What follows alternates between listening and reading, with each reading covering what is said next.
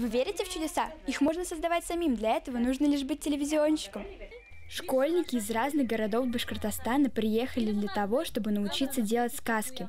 Эту возможность им предоставил детско-юношеский телеканал «Тамыр» в рамках проекта «Тамыр Телесеть». Юные телевизионщики погрузились в творческую атмосферу и стали героями из башкирских сказок. Чему вы уже научились на этом мастер-классе? Нас научили там сниматься, управлять своими эмоциями, кто кем будет в этой сказке. А еще распределили роли. Расскажи, какую сказку вы выбрали? Мы выбрали сказку «Аминбек». Там, получается, он выбирает свою профессию, он учится там писать, играть в шахматы, играть на скрипке, а потом в конце ему, как король, дает свое королевство. Мастер-класс дает возможность учиться на практике. Каждый играет свою роль и выполняет свою задачу. Ребята понимают и ощущают на себе всю сложность процесса. Какие лайфхаки ты узнала на этом мастер-классе?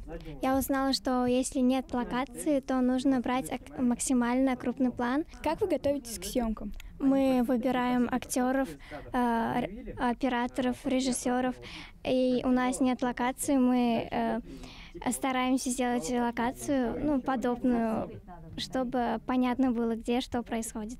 Школьники делали все сами, были операторами, режиссерами и редакторами. Но, конечно, это все происходило под присмотром настоящих специалистов.